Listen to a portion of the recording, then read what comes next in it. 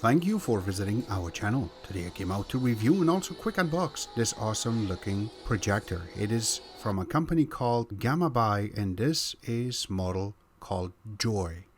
Again, this is a 720p native resolution, but it brings you an ease that you could watch your movies and also playing games and even view some documents very nice and easily.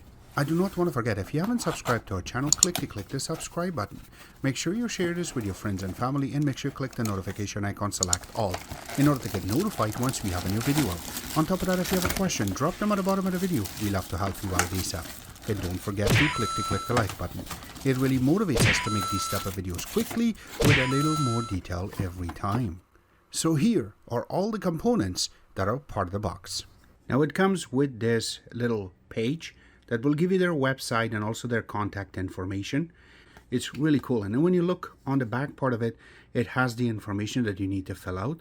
It comes with this user manual and it does say Joy right in the bottom of it, but you can see it comes with different languages. The first part is in English. You can go through it and you can see everything about interface. We will cover most of these on this video and also about the remote itself, how you can fix the Keystone, Wi-Fi settings, Bluetooth settings, which we're going to cover in this video itself. Also how you will be able to mirrorcast things from iOS or Android, and also how you will be able to connect with DLNA, except that the digital zoom, how that works, we will cover it in this video. This will be able to help you out, but it is pretty thick. You can see how thick that is. And then in the bottom, they do have everything as a video instruction on their website. You can just scan this.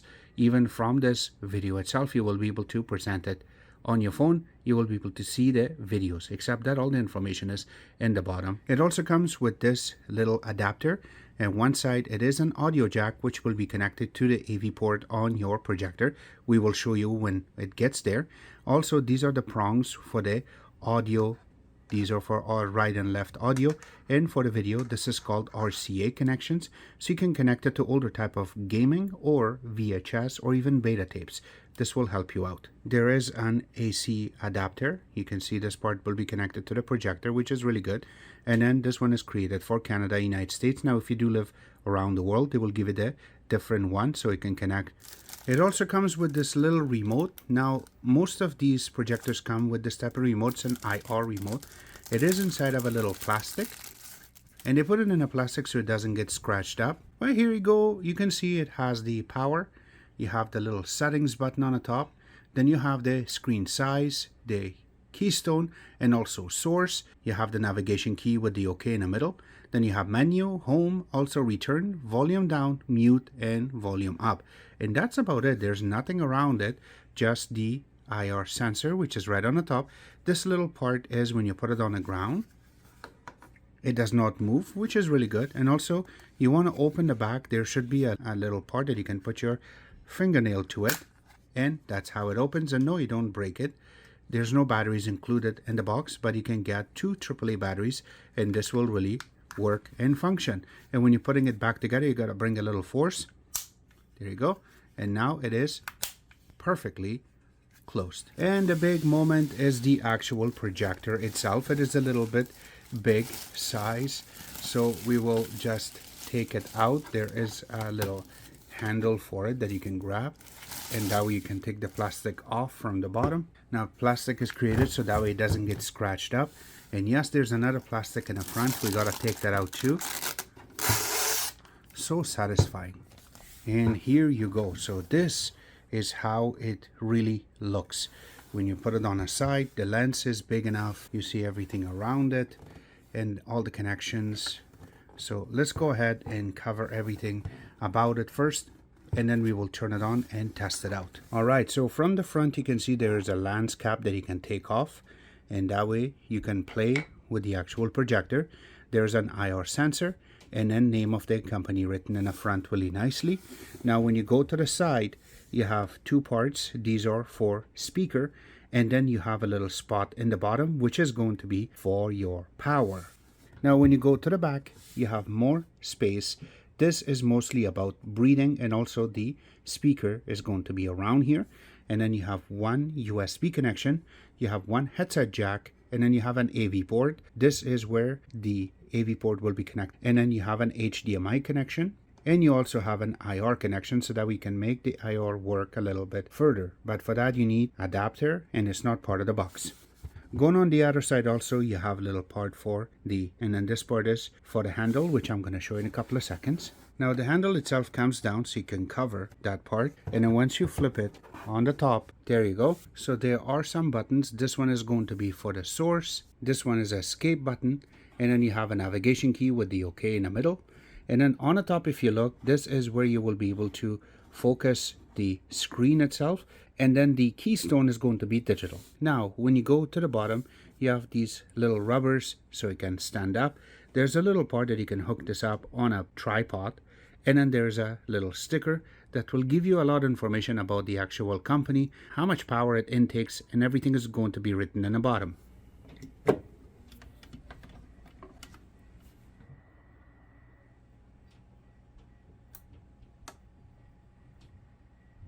Alright, so as soon as it turns on, this is their main launcher. You can see that starts from home, going to HDMI right over here, and then it goes into AV port. Now if you hook up AV, this is the one you got to select. And it goes into Miracast, which is going to be iOS, and then also going to the Miracast for Android. You can see the little Android icon. Now going on the top, you also have the Bluetooth, and then you have Wi-Fi, which we already connected, and the Bluetooth is on. And also you have if you hook up a USB, it will be LED. And the next thing is settings. So this is the big part. But if you have a USB connected, it will start reading it, and you can go so you can play music, also movies, photos, and office documents. And that way you can see it. Now, if I have to go on the settings, here are the main settings. You have Wi-Fi, you have Bluetooth, and also you have projection image settings, which we will go one by one inside. And if there is any updates, you can click on here. It will switch. The first thing it says is the online, and then after that it says local, and then you have the restore to factory default. That means you can reset the whole projector, and we're not interested on that right now, so we will go back, and then it says other settings. You can select it. Now over here it has some little parts, something like boot to source option. Also you have the power on option or standby, so that way when you press the power one time, it just goes to sleep mode, or you can also make it direct. And one more thing is the language settings. Here over here you can change the language to something totally different. You can see that they do have more than few numbers of languages available on this that you can go through. One more thing is schedule shutdown. This is really cool, that if you want to play something and you want it to shut down after an hour or 2 hours, this is where you're going to be able to process the maximum minute, 120 minutes, which is exactly 2 hours. But right now we do not need to set that up, so we will leave that alone. Another part is about when you select it, it shows you the system version, just in case if you ever needed to update and yours not up to date. This is where you will be able to find it, and also the MAC address, just in case if you ever wanted to figure out for your Wi-Fi or you want to set up your Bluetooth. This is a really good place to figure it out. Now let's go one by one. Number one is Wi-Fi settings. So once you go to it, right now it says switched on, so it is scanning right now for my Wi-Fi names. And once you select the proper one, let's just select this one, you will be presented with a nice keyboard in the bottom, and you have to enter your password. So using your regular remote that came with it, you just have to point to the screen and you can select your numbers. You can see in the bottom that I am moving, and once you select your letters, you can see that it start typing it, and then you can say done, and it will be able to connect very easily. Now I have already done that, so I do not have to set this part up. You can see mine says connected, so I will just get out of it. But this is how easy it is to set up your Wi-Fi. Let's go next to your Bluetooth settings. This is a really cool place to set up your Bluetooth with your speakers. If you have a speaker, go ahead, connect it. You get a better sound out of it through the actual Bluetooth speakers. Now if you have headphones or earbuds that are Bluetooth and you want it to be silent, you just want to listen yourself and watch the movie, this is a really good place to set it up. You can click on it and it says pairing. It should be able to give you an access on your earbuds, or it's just going to say paired, and you're done. The next part is the projection image settings. We will go to it Now here's the best part. If you have back projection, you can do it with this, yes, and this is how it's done. Now if you wanted to make it backward because it's from the back projection, this is how it's done. When you select it also, if you want to hook this up upside down on your ceiling, this is how easy it is to fix it. And also if it is back projection but it is connected to the ceiling, this is where you go to fix it up. Except that the front part for me is good enough so I can play with this.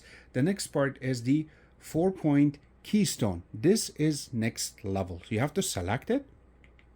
And this is how easy it is for you to make it bigger or smaller. And this way you get a proper picture out of it. You can also go up or down. You can see that it is. Just keep moving. Now this is possible using your navigation key and then the OK button to move from one side to another, and you can do that. Now press OK. You can see that it moved to the other side.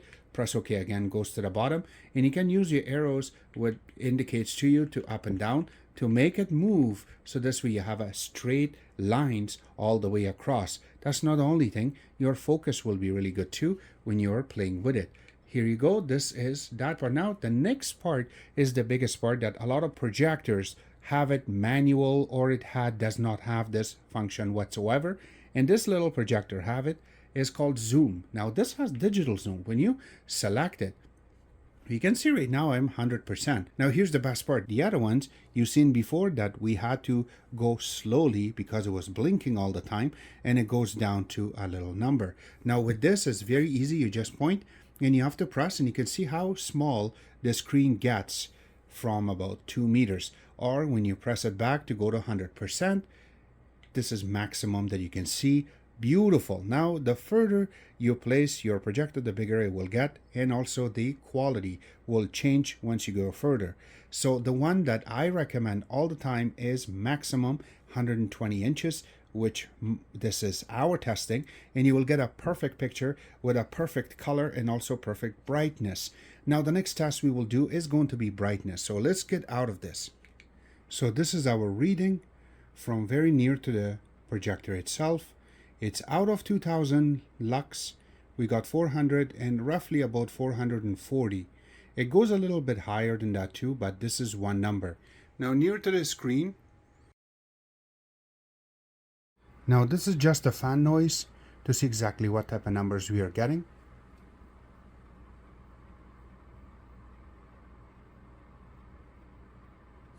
Yes, this is their 5000 series, and this is the 128 AI. Yes, this comes with 4 GB of RAM. Now when you look on the naked eye, there's not much pixels shows up, but once you go near to the screen, then you're going to see it. Let's test that out. Now when you go near to it,